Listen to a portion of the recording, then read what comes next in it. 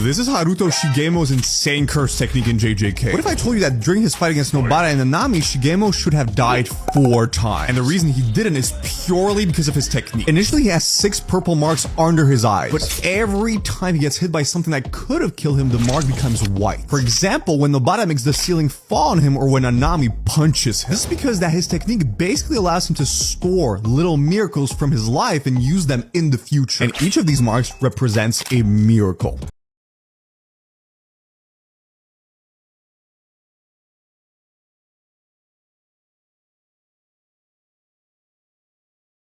Kenjaku's innate technique allows him to swap bodies with another person by transplanting his brain into the body of his target, even if they are dead. This technique allowed him to live for over 1,000 years. Once inside a body, he gains access to the host's cursed energy, their cursed technique, and even their memories. What makes this technique even more powerful is that even after switching from one body to another, he can keep all the cursed techniques of his previous hosts. Kenjaku has many cursed techniques thanks to his body hopping ability, so I'll try to explain his abilities as I talk about each of his hosts. Among his victims, there are very important characters he has inhabited that changed the course of history. His first victim was this unknown guy who we don't know much about. He used this guy to make binding vows with past sorcerers about 400 years ago. After this guy, Kenjaku transplanted his brain into Noritoshi Kamo's body. As Noritoshi Kamo, Kenjaku experimented with the fusion of human flesh and curses, resulting in the death paintings we see today. Due to Kenjaku's acts, Noritoshi Kamo is regarded as the evilest Jujutsu sorcerer in history and the black sheep of the Kamo family. After Noritoshi,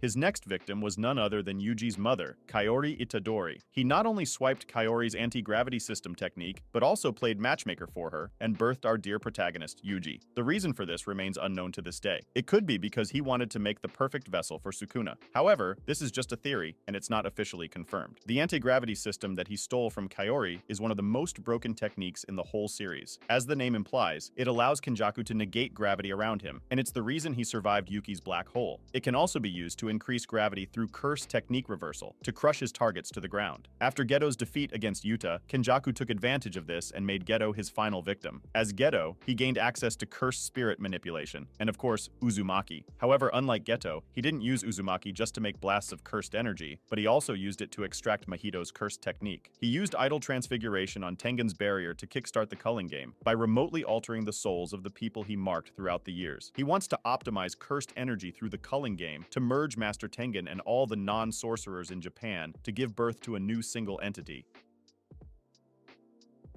But that's his intention. Kenjaku is also capable of making mini versions of Uzumaki. These small Uzumaki are still very powerful, as they were able to deliver the final blow to Yuki. Kenjaku can also cast his domain expansion, Womb Profusion. However, we don't know much about this domain except it's a barrierless lethal domain, and it lets out powerful blasts at a certain gesture of Kenjaku's hands. And lastly, Kenjaku is also capable of using reverse curse technique. He used it to heal Geto's body after he took over him. He also revealed that cursed spirit manipulators can make the cursed spirits they possess stronger through using their own cursed energy.